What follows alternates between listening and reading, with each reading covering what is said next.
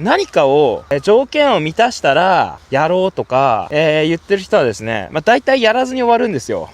ね。卒業したら、あるいは社会人になったら、みたいなね、こう条件がクリアされてから何かしよう。その条件を満たしていないからやらないっていう人がですね、多いんですよ。この条件付きで何か行動しようとしたらですね、そもそもですね、そこまでやりたくないんですよ。アニメなんかね、無料のアプリでね、作れますよ。なんか逃げを打ってんすよ。逃げを打つ理由ってのはいろいろあると思うんですけど、本当のとこやってみたらクソ下手なんじゃないかと。自分は全く何もできないんじゃないかと。ね、当たり前ですよ。やったことないんだから。まずその1は、怖いっていうね。ただの下手くそであることが自分で自覚するんだが辛いっていうね。やっぱ失敗が怖いってことなんでしょうね、結局ね。ですがですね、ありがたいことにですね、世の中の 99% の人間がですね、大体そんなもんなんですよ。そうじゃない人から見たらね、楽勝ゲームなんですよ。超絶簡単なゲームなんですよ。いや、ただやりゃいいんですよ。そう。ただやりゃいいだけの話なんですよ。で、もちろんただやってもうまくいかないんですよ。まずスタートはただやるよね。で、当然うまく書けないしうまくできないんですよ。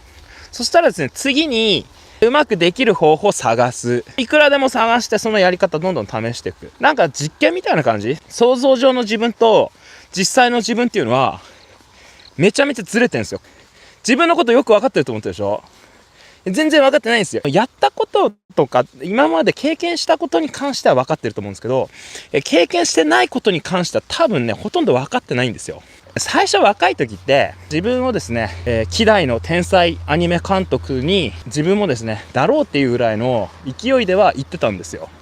実際やってみたらですね、やっぱね、僕はそういうの向いてないなってね、いろいろやってみて分かったんですよ。でやってみたらですね、こう喋るのが好きなんですよ。こうやってね喋るの好き、そして人に説明をするのが好き、そして自分のですね、これといったですね、すごい強烈に作品を作りたいという、そこまでのその人たちみたいな、ね、欲求はない。アニメ業界に行ってみたら、教育が荒れてんなっていうね。誰もやらないと。教えたがらないと。説明が下手。論理的じゃない。もろもろのですね、経験をしていく中でアニメ主軸ができていったわけですよ。最初からアニメ主軸やろうなんて思ってないんですよね。自分が体験してみて、初めて自分の適性が分かり、そっか、自分が目指してたような人と自分はやっぱ違うんだなとか、興味のそもそもね、ベクトルが違うんですよ。方向性が違うもんだから、やっぱその人と同じことやっても無理なんですよね。合わないんですよ。っていうことってやらないと分かんないですよ。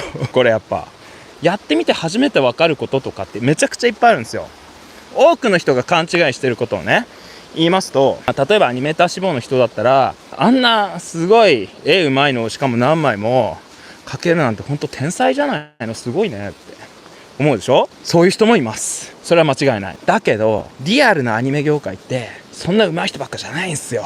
というかむしろなんじゃこりゃっていうですね、もう本当ですね、もうそもそもコミュニケーションできてない、絵のもうレベル超絶下手みたいなっていう人もいるんですよ。そういう人もアニメ業界で生きてんですよ。アニメーターなんか本当に上手い人ばっかりだろうから、自分なんかどうせなれるわけがない、あるいは低賃金だっていう話を聞くから、どうせ自分は食っていけないだろうって言って、まずやらない人フィルターにですね 90% ぐらい引っかかってですね、やらないんですよね。それでもやってみたいな面白そうだなと思ったら、俺案外やれんな、案外稼げんじゃんみたいな人もいるんですよ。これそういう人は明らかに確かにいる。もちろんそういう人はただ単に運がいいとかじゃなくて、もちろんある程度かけるとかそういうのもあるでしょうけれど、しかし皆さんが思ってるよりも実はそんなに上手くないんです上手い人は日本っていうか世界でトップクラスに上手い人いますね。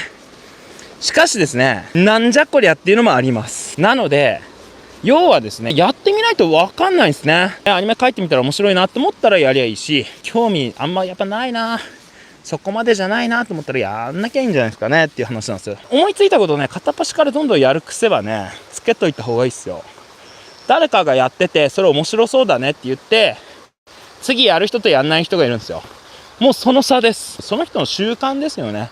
行動習慣がそもそもなんか面白そうなのをどんどんやる人と先送りどんどんしていく人で、それがですね、1年2年5年10年とですね、時間が経過する間に雲泥の差となるんですよ。全く違う人生となってしまうんですよ。今やんないことは将来もやってません。なので何かをした後になんか漫画描き始めようかなじゃなくて、今日描こうよ。4コマ漫画、その丸と点とかで描けますから。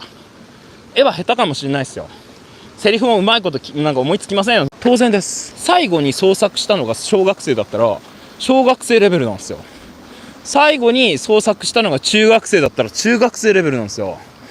ってことはですよ、逆に言ったらですよ、今から書き始めたらですよ、更新できるってことですよね。実際問題、塾生さんで90年代アニケいましたみたいな人でアニメ集受講して、この加齢臭はどうにかなりませんかねみたいな。加齢臭っていうのはそのちょっと昔の古い絵から抜け出せないのはなんでなんでしょうかっていう話で今僕この説明したんですよね。で今絵をインストールしたら今のようになってますよ、その人。それだけの話なんですよ。シンプルにやればそれになるし、やんなかったらそれにならないんですよ。そんなの関係ないんですよ。そこで止まっちゃったはそこでただ単にやめただけで、また再開しましたはまたそこから再開しただけです。もう不思議なぐらい絵ってただそれだけの話なんですよ。